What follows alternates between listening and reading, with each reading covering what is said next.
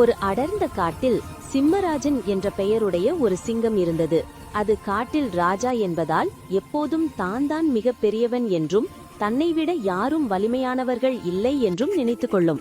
ஒரு நாள் சிம்மராஜன் ஒரு மரத்தடியில் படுத்து ஓய்வெடுத்துக் கொண்டிருந்த போது துருதுருவென இருக்கும் கிங்காங் என்ற குரங்கு மரக்கிளையில் குதித்துக் கொண்டிருந்தது. சிம்மராஜன் கர்ஜித்தது, ஏய் குரங்கே, அங்கே என்ன குதித்துக் கொண்டிருக்கிறாய்? நான் தான் இந்த காட்டுக்கே ராஜா, என்னை மதிக்காமல் சத்தம் போடலாமா? கிங்காங் கிண்டலாக தன் முகத்தை சுளித்து, ராஜானா என்ன? உன்னால் என்னை போல இந்த மரத்தில் வேகமாக குதிக்க முடியுமா?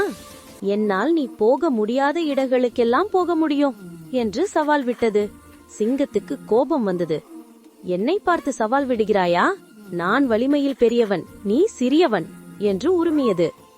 இந்த சண்டை நடக்கும் இடத்திற்கு அருகில் ஒரு துருதுரு என்ற அணில் மரப்பொந்திலிருந்து தலையை எட்டி பார்த்தது.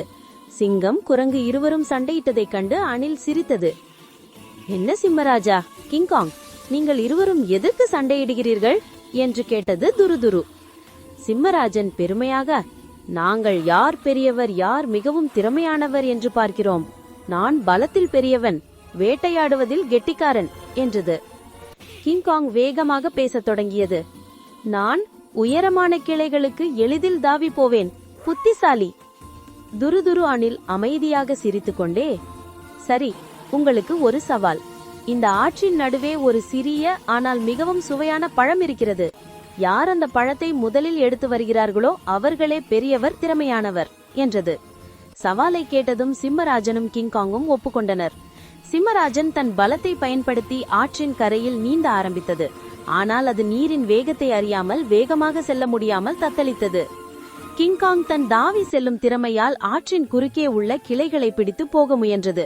ஆனால் அதுவும் நடுவில் ஒரு பெரிய இடைவெளியை கடக்க முடியாமல் தயங்கி நின்றது.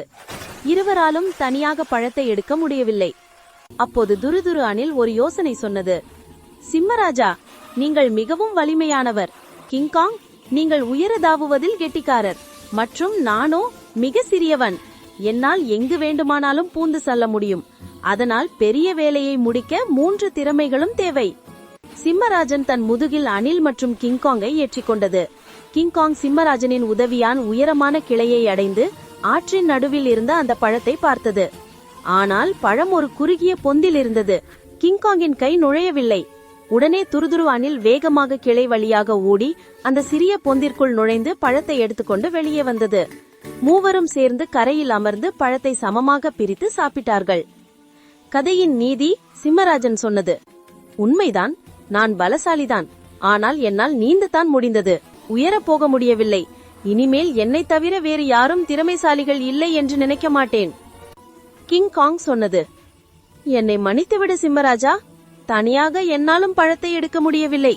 இன்று முதல் ஒற்றுமையே பலம் என்பதை புரிந்து கொண்டேன்.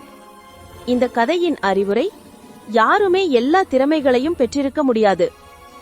நாம் ஒவ்வொருவரும் ஒவ்வொரு விதத்தில் திறமையானவர்கள். நமக்குள் இருக்கும் வித்தியாசங்களை குறை சொல்லாமல் ஒன்றாக சேர்ந்து வேலை செய்தால் எந்த ஒரு பெரிய சவாலையும் எளிதில் சமாளித்து வெற்றி பெற முடியும். நன்றி, வணக்கம். Hi dear rainbow kids Tamil. உங்களுக்கு குட்டீஸை பிடிக்குமா? அப்படி பிடிக்கும் என்றால் என்னுடைய சேனலை சப்ஸ்கிரைப் மற்றும் லைக் செய்து, மேலும் இது போன்ற வேறு என்ன வீடியோக்கள் வேண்டும் என்பதை கமெண்ட் செய்யுங்கள். மற்றவர்களுக்கும் ஷேர் செய்யுங்கள். டாடா, பை பை குட்டீஸ் அண்ட் குட்டீஸ் ஃபேமிலி.